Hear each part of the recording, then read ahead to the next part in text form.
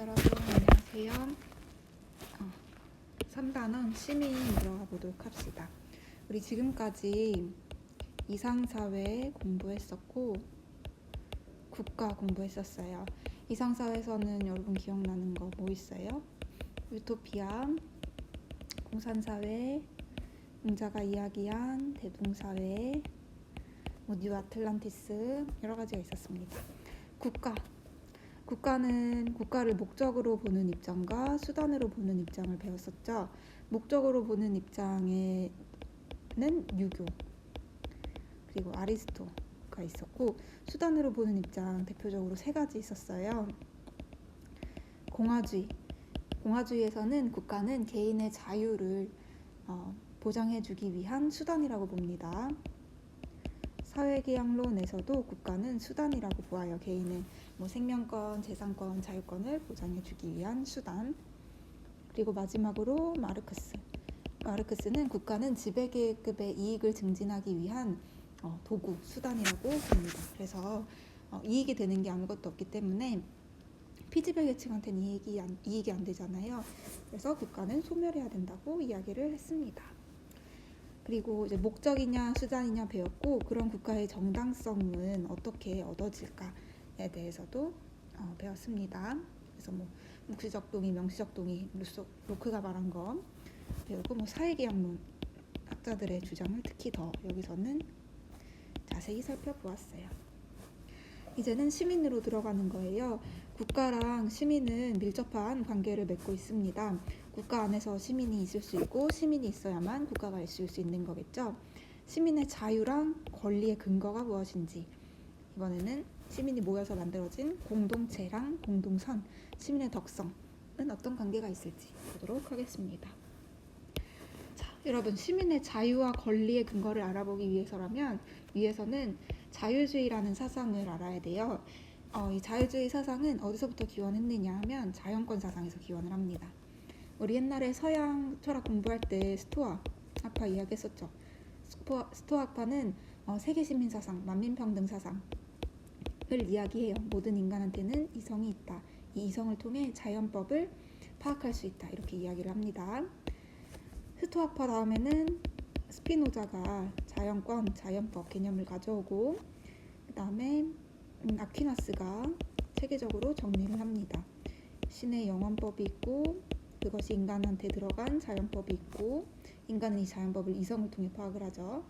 인간이 자연법이 너무 추상적이다 보니까 실전법을 만들기도 한다. 이렇게 배웠어요. 칸트도 이런 자연권 사상을 가져오기도 하고, 이제 근대 들어와서는 시민혁명을 이제 진행하는 데 있어서 자연권 사상이 큰 역할을 해요. 시민혁명에서 자연권 사상이 큰 역할을 하면서 자유주의가 발생하게 됩니다. 이렇게 정리해 봅시다.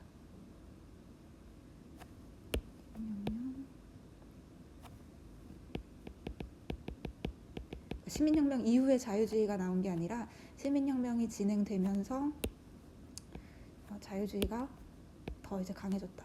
이걸 어떻게 그림을 그리면 좋을까? 이렇게 그냥 표시를 해볼게요. 자, 그러면 이 자유주의의 기원을 찾으려면 자연권 사상, 스토아학파가 이야기한 자연권 사상으로 거슬러 가야 됩니다. 자연권 사상은 뭘까요? 모든 인간은 타인한테 양도할 수 없는 이런 권리를 가지고 있다는 거예요. 그럼 자연권은 태어날 때부터 하늘로부터 부여받은 천부 인권으로서의 권리라고 할 수 있습니다. 하늘이 부여한 인간의 권리라는 뜻이에요. 이런 자연권 사상이 근대에 홉스랑 로크라는 사람한테 가서 조금 더 이제 구체적으로 그 의미를 갖게 돼요. 뭐라고 각각 이 학자들이 설명했나 봅시다. 홉스는 자연권이란 자신의 생명을 지키기 위해서라면 어떤 행위도 할 수 있는 만물에 대한 생득적인 권리라고 합니다. 어떤 행위도 할 수 있는 권리예요. 내가 살기 위해서는 무제한적 권리라고 요약을 하면 되겠죠. 내가 살기 위해서는 저 사람을 죽여도 된다. 이런 권리예요. 로크는 생명과 자유에 대한 권리, 그리고 정당한 노동을 통해 획득한 재산에 대한 권리입니다. 로크는 자연권을 생명권, 자유권, 재산권이라고 설명을 합니다. 자, 이런 사회계약론자들의 자연권에 대한 논의가 있은 다음에 이런 자연권에 대한 논의를 토대로 근대 세 가지 중요한 혁명이 일어났죠. 1688년에 영국에서 명예혁명, 미국에서는 독립혁명, 영국으로부터 독립하자, 프랑스에서는 프랑스 혁명이 일어납니다. 이런 혁명들의 지도 이념이 되었습니다. 무엇이요? 자연권 사상이, 그리고 이에 기반을 둔 자유주의 사상이. 자, 그러면 이처럼 자연권 사상을 바탕으로 개인의 자유를 무슨 가치로 인식하는 자유주의가 등장하는 걸까요? 보편적인 가치로 인식하는 자유주의가 등장을 했어요. 개인의 무엇이 근대 입헌 민주주의의 기본적인 권리로 확립되었을까요? 자유주의로 인해서 자유가 기본적인 권리로 확립이 된 겁니다. 입헌 민주주의, 헌법에 입각해서 통치하는 그런 민주주의 정치 체제를 이야기하는 거잖아요. 여러분 헌법 조항들을 생각해 보세요. 거기에 다 자유라는 것이 기본적인 권리로 헌법 정신에 녹아들어 있음을 확인해 볼 수 있습니다. 이 밑에 대한민국 헌법에서 그걸 확인해 보고요. 요 인간과 시민의 권리 선언, 이거 세 가지 시민혁명들 중에 어떤 혁명에서 채택한 권리 선언일까요? 프랑스예요. 프랑스 혁명 이후에 채택된 선언입니다. 그래서 어떻게 자연권, 자유주의, 어떻게 자연권 사상과 자유주의 사상이 여기에 내포되어 있는지 확인을 해보도록 합시다. 인권에 관한 무지가 모든 부패의 원인이라는 것을 알아야 된다. 그리고 이런 권리선언이 의도하는 바는 언제나 헌법의 유지와 모두의 행복에 이바지하는 것이다. 모두의 권리를 지켜주는 것이 헌법의 목적이다 이야기하고 있고, 인간은 권리에 있어서 자유롭고 평등하게 태어나 생존한다. 누구나 권리를 평등하게 타고난다는 뜻이죠. 천부인권이라는 말이에요. 자연권이. 다음에 모든 정치적 결사의 목적은 인간의 자연적이고 소멸될 수 없는 권리. 자연적이고 소멸될 수 없는 권리. 마찬가지로 천부인권으로서의 자연권을 설명하고 있습니다. 구체적으로 자유, 재산, 안전, 압제의 저항. 이건 특히 누가 이야기한 권리들일까요? 로크가 이야기했죠. 저항권, 안전, 이건 생명권이라고 할 수도 있겠죠. 안전권은 재산권, 자유권 이런 것들이 자연권의 핵심 내용이다. 모든 주권의 원리는 본질적으로 국민에게 있다. 그렇죠? 자연권을 가지고 있는 국민들이 자연권을 양도해서 주권 국가를 만든 거니까 국민으로부터 주권이 나온다. 자연권을 가진 국민으로부터 나온다. 다음에 자유는 타인에게 해롭지 않은 모든 것을 행할 수 있습니다. 여기서는 이제 그걸 알 수 있죠. 자유로울 수 있는데 다른 사람한테 해를 끼칠 때에는 그 자유가 조금 제한될 수 있다. 이야기하고 있어요. 이걸 토대로, 그러니까 자연권, 자유주의 사상을 토대로 프랑스 혁명에서의 권리 선언이 이제 채택되었고, 이런 근대 시민혁명의 정신을 받들어서 대한민국 헌법도 만들어졌습니다. 어떻게 자연권 사상, 자유주의 사상이 영향을 주고 있는지 찾아볼게요. 대한민국의 주권은 국민에게 있고 모든 권력은 국민으로부터 나온다. 그렇죠? 국민이 중심이에요. 왜요? 이 국민들은 뭘 타고났기 때문이에요? 자연권을 천부적으로 타고났기 때문이다. 그래서 자연권을 가진 국민으로부터 대한민국의 주권이 나온다. 모든 국민은 인간으로서의 존엄과 가치를 가지며 행복을 추구할 권리를 가진다. 자, 모든 사람들은 평등하게 자연권을 가진다. 이런 것도 자연권. 국가는 그래서 이를 보장할 의무를 가진다. 제21조 1항 모든 국민은 언론 출판의 자유와 집회결사의 자유를 가진다. 언론 출판의 자유, 집회결사의 자유. 이런 것도 자연권인 거죠. 특히 이제 자유와 관련된 자연권인 거죠. 그래서 자연권 사상이 자유주의 사상에 영향을 주었다. 이렇게 보는 겁니다. 자유주의의 근원은 뭐다? 기원은 자연권 사상이다. 이 두 가지 문제만 풀어볼까요? 자유를 위협하는 체제와 제도 반대하겠죠. 자유주의. 이름부터가 자유주의잖아요. 2번. 다른 시민의 자유와 권리를 침해할 때에는 그러면 어떻게 해요? 법이 그 사람의 행동을 제약할 수 있겠죠. 나는 흡연하는 걸 좋아해. 그런데 나의 흡연이 다른 사람의 기관지 질환을 일으킬 수 있어요. 다른 사람의 생명권을 침해할 수 있어요. 이때 법은 나의 흡연에 간섭을 할 수 있겠죠. 뭐 금연구역을 설정한다던가 과태료를 10만 원 때린다던가. 그래서 제약할 수 있다고 봅니다. 없다고 보는 게 아니에요. 공화주의는 이 밑에서 하고 올라오도록 합시다. 자, 자유주의와 공화주의 관점에서 본 시민의 자유. 지금 우리가 볼 게 시민의 자유, 공동선, 시민의 덕성, 밑에 애국심이라는 거예요. 이 각각 이 네 가지 개념을 자유주의랑 공화주의 사상이 어떻게 설명하고 있는지 바라볼 겁니다. 자유주의에서는 개인이 어떤 사상에 따라서 자연권을 갖고 태어난다고 보았을까요? 우리 위에서 공부했었죠. 자연권 사상. 공화주의는 개인이 자연권을 타고난다고 보았을까요? 아니에요. 공화주의는 인간이 천부적으로 타고나는 자연권 같은 거를 말하지 않아요. 그냥 공동체의 일에 참여하는 시민이 됐을 때 자신의 정체성을 형성하게 되고 그때 비로소 자유를 실현할 수 있다는 거예요. 그러면 자유주의에서는 자연적으로 개인의 자유는 자연권적으로 부여되는 것이고, 공화주의에서는 이제 정치에 참여하는 시민이 되었을 때, 정치에 참여할 때 자유가 생길 수 있다. 참여할 때 자유를 실현할 수 있다. 이렇게 보는 겁니다.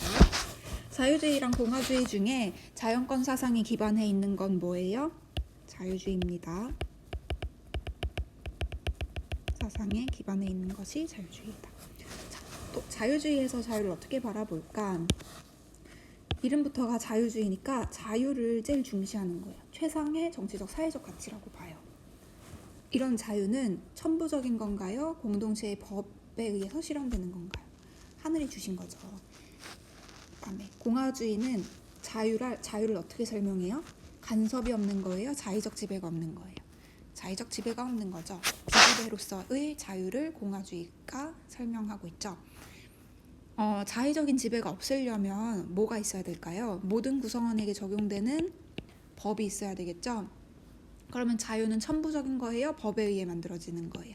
법에 의해서 만들어지는 겁니다. 다음에 이 자유와 법의 관계가 중요한데요. 봅시다. 자유주의에서 법은 누군가가 다른 시민의 자유와 권리를 침해할 때에 그에게 간섭할 수 있어요. 그럼 법은 그 외의 간섭은 최소화해야 할까요? 최대화해야 할까요? 간섭을 최소화해야 돼요. 다른 사람한테 피해를 안 주면 간섭하면 안 됩니다.